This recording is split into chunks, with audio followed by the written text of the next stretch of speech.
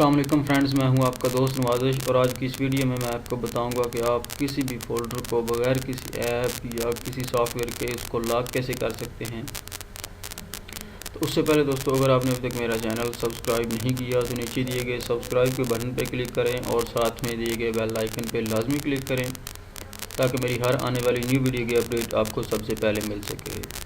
तो चलें दोस्तों, शुरू करते हैं। सबसे पहले दोस्तों एक ये इधर न्यू फ़ोल्डर बना लेते हैं। ये देखें फ़ोल्डर, इसमें ये डाटा रख देते हैं।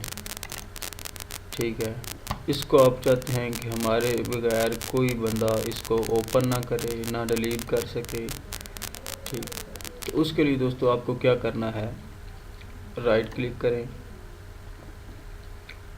प्रॉपर्टीज़ पे आ जाएं। प्रॉपर्टीज़ पे आने के बाद ये देखें सिक्योरिटी, इस पर क्लिक करें।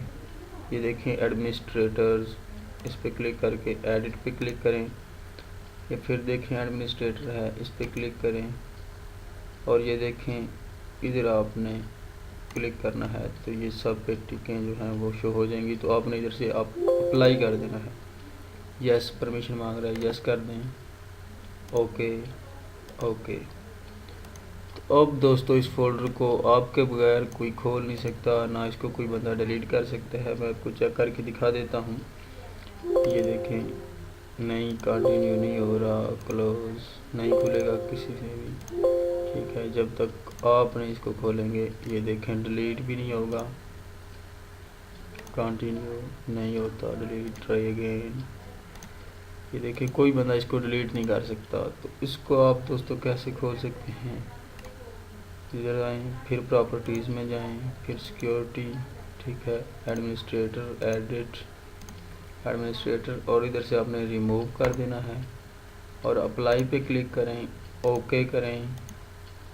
तो अब दोस्तों आप इस फोल्डर को ओपन कर सकते हैं, अब डिलीट भी कर सकते हैं। तो इस तरह से दोस्तों आप अपने फ़ोल्डर को लॉक और डिलीट होने से बचाने के लिए ऐसे करके आप अपने फ़ोल्डर को बचा सकते हैं।